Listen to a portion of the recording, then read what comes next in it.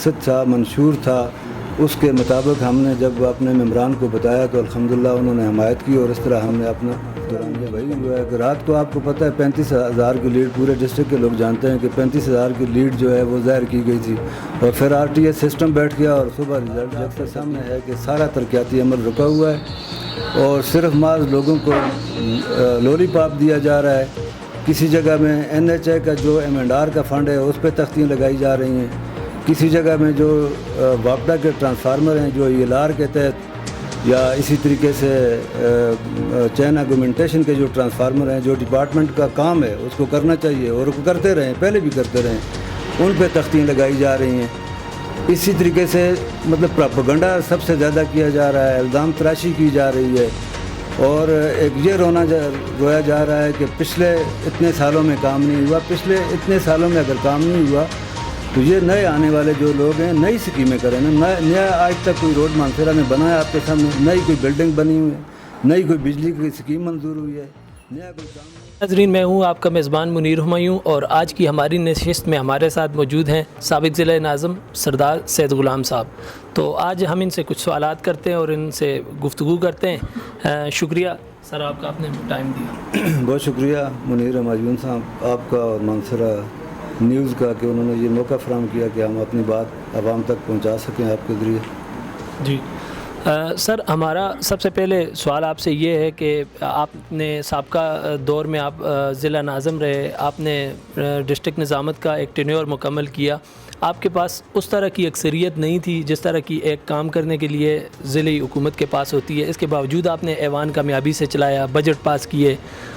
آپ نے ایوان کے تمام ممبران کو کیسے یکجا رکھا اور ان کو کیسے اعتماد میں رکھا؟ اس میں سب سے بڑی بات یہ ہے جی، ہمیں ایک تو یہ تھا کہ ہمارے پاس عددی تعداد پوری نہیں تھی، بلکہ مانسیرا کا جو ڈسٹرکٹ نظامت تھی یہ ہمارے لیے ایک بہت بڑی چیلنج تھا، اور یہ چیلنج نہ صرف میرے لیے تھا بلکہ پورے گروپ کے لیے تھا، پارٹی کے لیے تھا۔ اس میں ایک بات یہ تھی کہ ہمارے پاس عددی تعداد ڈسٹرکٹ کونسل کے ممبران کی وہ جو تھی وہ صرف سمپل میجارٹی تھی، اور سمپل میجارٹی کے بعد آپ کو پتہ ہے کہ بڑا مشکل ہو جاتا ہے اس کا جو ہے بزنس چلانا۔ دوسری بات یہ تھی سب سے عام کہ صوبائی حکومت ہمارے مخالف تھی، گویا ہم اپوزیشن میں تھے، ڈسٹرکٹ گورنمنٹ مسلم لیگ نون کی تھی اور صوبے میں PTI کی حکومت تھی، تو صوبے کی طرف سے ہمیں کسی قسم کا کوئی تعاون حاصل نہیں رہا۔ اس لیے سخت مشکلات کے باوجود الحمدللہ ہم نے اپنا دورانیہ مکمل کیا، اور اس میں سب سے بڑی بات ممبران کی جو آپ نے سوال کیا ہے کہ کس طرح یکجا رکھا، اس میں یہ ہے کہ ہماری قیادت نے، پاکستان مسلم لیگ نون کی قیادت نے ضلع مانسیرا کے اندر ایسے حالات میں ڈسٹرکٹ نظامت مسلم لیگ نون نے حاصل کی تھی کہ ان کا صرف مطمع نظر یہ تھا کہ ہم ضلع کی فلاح و بہبود کے لیے کام کر سکیں۔ اس میں سیاسی جو پوائنٹ سکورنگ کی بات تھی وہ نہیں تھی، کریڈٹ کی بات نہیں تھی، تو اس لیے ہم نے پارٹی وابستگیوں سے بالا تر اپنی قیادت کے مشاورت سے، ان کے حکم پر پارٹی وابستگیوں سے بالا تر ہو کر ہم نے تمام جماعتوں کو ساتھ لے کر چلے، اور اس میں جب ہم نے پورے ڈسٹرکٹ کے اندر یعنی 59 یونین کونسلروں کو مساوی حقوق دیے، ممبران کی عزت کی، اور اپنا جو ہمارا مقصد تھا، منشور تھا، اس کے مطابق ہم نے جب اپنے ممبران کو بتایا تو الحمدللہ انہوں نے حمایت کی، اور اس طرح ہم نے اپنا دورانیہ مکمل کیا۔ تو اس میں سب سے بڑی بات یہی تھی کہ ہم چاہتے تھے کہ ضلع کے اندر بجائے ہم اس کے کہ سیاسی کریڈٹ حاصل کریں، ہم تمام ممبران کو یکجا کر کے ضلع میں جو ترقیاتی عمل ہے اس کو جاری رکھ سکیں۔ جی کسی بھی علاقے میں ترقیات کے لیے جو ہے وہ وہاں پہ بلدیاتی گورنمنٹ کا اہم کردار ہوتا ہے اور بلدیات کا اہم رول بھی ہوتا ہے۔ اب گزشتہ نیا جو سسٹم آ چکا ہے اس میں بہت زیادہ فنڈ جو ہے وہ بلدیات میں ٹرانسفر ہو چکا ہے، تو اس بارے میں ان سے پوچھنا ہے کہ ان کے دور میں کون سے ترقیاتی کام بلدیاتی سسٹم میں مکمل کیے اور کون سے میگا پروجیکٹس یہ مانسیرا میں مکمل کر چکے ہیں؟ دیکھیں جی، ہمیں صوبائی حکومت کی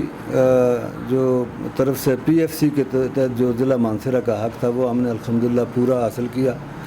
اس میں گو کہ انہوں نے کٹوتی کی ہے اور پورے اولا پورے صوبے میں کٹوتی کی ہے، اور اسی حساب سے ہمارا جو PFC کا جو حق تھا وہ ہم پورا لینے میں کارکردگی کی بنیاد پہ، پرفارمنس کی بنیاد پہ ہم پورا حق لینے میں کامیاب ہوئے۔ جہاں پر PTI کے ڈسٹرکٹ ناظم تھے انہوں نے بھی اور ہم نون والوں نے بھی پرفارمنس کے لحاظ سے جو اپنا حقوق تھے وہ صوبے سے مکمل حاصل کیے۔ اور اس کے بعد پھر ہم نے ایک تو یہ تھا کہ ضلع کے جو ممبران تھے ان کی تجویز کردہ سکیمیں تھیں ان کو بھی کنسیڈر کیا،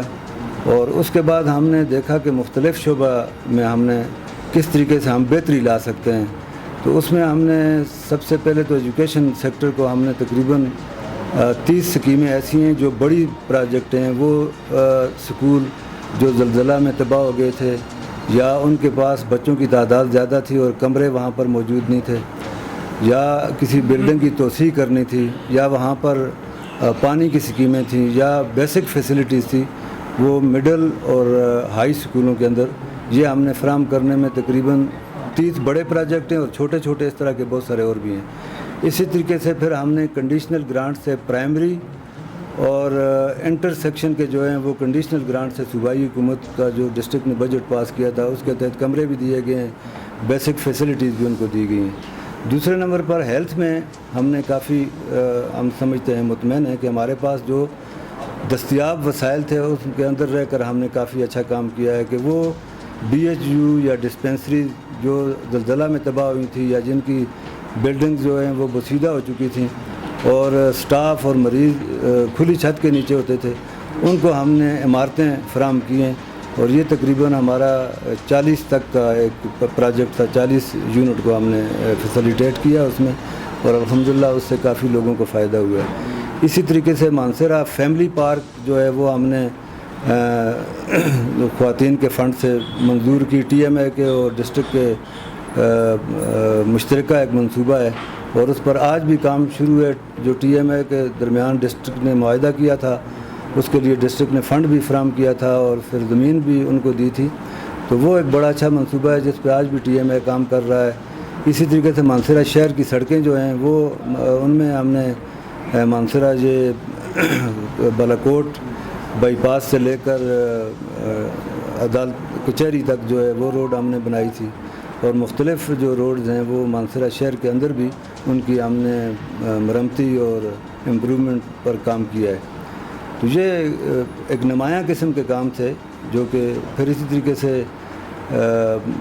زراعت کے فروغ کے لیے کام کیا ہے، اور باقی جو سکیمیں تھیں وہ سڑکیں بنانا، کچی سڑکیں، سڑکوں کو پکی کرنا، اسی طریقے سے آبنوشی کی سکیمیں ہیں،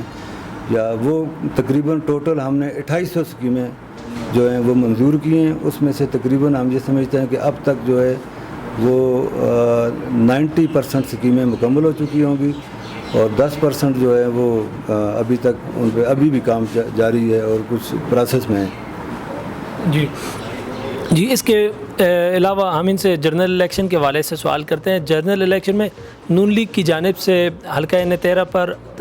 دھاندلی کا الزام عائد کیا گیا کہ دھاندلی کی گئی، اور دھاندلی کے بعد جو ہے نتائج میں رد و بدل ہوا۔ اس کے بارے میں، کیونکہ یہ سردار صاحب کے ایک اہم ترین مشیر اور ان کے اہم ترین ساتھی سمجھے جاتے ہیں، تو اس بارے میں ان سے سوال کرتے ہیں۔ جی جنرل الیکشن کے بارے میں پورے ملک میں جو حالات ہیں وہ آپ دیکھ سکتے ہیں، اور یہاں پر مانسہرہ میں بھی وہی ہوا ہے کہ رات کو آپ کو پتہ ہے 35,000 کی لیڈ، پورے ڈسٹرکٹ کے لوگ جانتے ہیں کہ 35,000 کی لیڈ جو ہے وہ ظاہر کی گئی تھی، اور پھر RTS سسٹم بیٹھ گیا اور صبح رزلٹ یکسر تبدیل تھا۔ وہ ہم یہ سمجھتے ہیں جس طرح پورے ملک میں ایک پری پلاننگ ریگنگ ہوئی ہے، اسی طریقے سے یہاں پر بھی ہوا ہے، یہ تو پورے پاکستان کو پتہ ہے، اور وہ اسی لیے آج جو ہم سمجھتے ہیں کہ ترقی کا عمل مانسہرہ میں رک گیا ہے۔ اگر الیکٹڈ لوگ آتے جو عوامی مینڈیٹ لے کر آئے تھے وہ ان کو آنے دیا جاتا تو مانسہرہ میں ہم یہ سمجھتے ہیں کہ ترقیاتی عمل جو ہے وہ جاری رہتا، لیکن آج آپ کے سامنے ہے کہ سارا ترقیاتی عمل رکا ہوا ہے، اور صرف محض لوگوں کو لولی پاپ دیا جا رہا ہے۔ کسی جگہ میں NHA کا جو M&R کا فنڈ ہے اس پہ تختیاں لگائی جا رہی ہیں، کسی جگہ میں جو واپڈا کے ٹرانسفارمر ہیں جو ELR کے تحت، یا اسی طریقے سے چین آگومنٹیشن کے جو ٹرانسفارمر ہیں جو ڈپارٹمنٹ کا کام ہے اس کو کرنا چاہیے اور وہ کرتے رہیں، پہلے بھی کرتے رہیں،